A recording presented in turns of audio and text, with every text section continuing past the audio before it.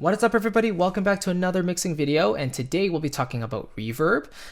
It's another quick tip, so I'm going to try not to go too long for this one, but I just want to explain how I approach applying reverb for my tracks. So as you can see here, I've basically set up an auxiliary track, a separate track for the reverb, and my reverb of choice is east-west spaces in terms of convolution reverbs, which just means that they're basically our sound impulse is taken from each of these different halls and then packaged in one purchasable library, so you can get your instruments to sound like they were recorded or played in those halls, which is really cool. An algorithmic reverb, on the other hand, is just like a mathematical conjuring of a specific room that you might want to put your instrument in. So it's kind of like a fake, or a fake reverb, if you will, but sometimes it still sounds pretty good, and a lot of professional mixers actually combine convolution and algorithmic reverbs together.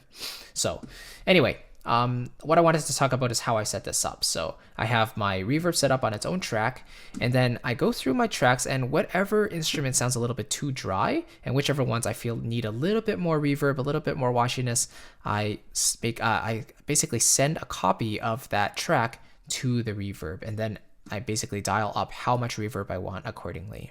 Okay, so for example, let's hear the piano for a second, and this is with the reverb.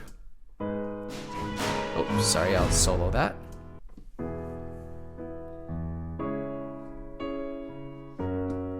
Let's take it out.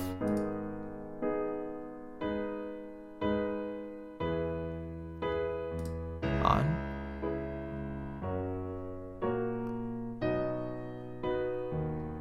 Right, and let's turn it even more up so you can hear it. Then you can really hear that effect. Okay, now you can debate if that really makes a difference in the overall context of the mix, but to me it did. And you can see I didn't really apply it to that many of my tracks because I felt that, most of the libraries I own come recorded in a wet studio or scoring stage anyway. So it's just kind of like an extra polish to add on top of it.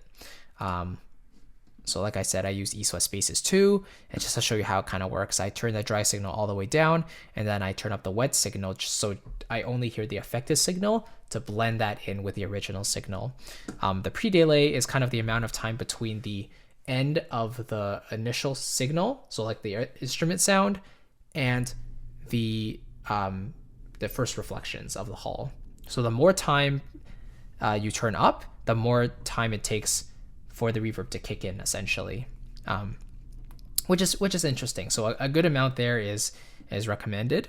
But yeah, that's basically how I like to set it up. So I have my reverb set up here. I send copies of the instruments I think need a little bit more reverb, and then I can dial however much reverb I want manually.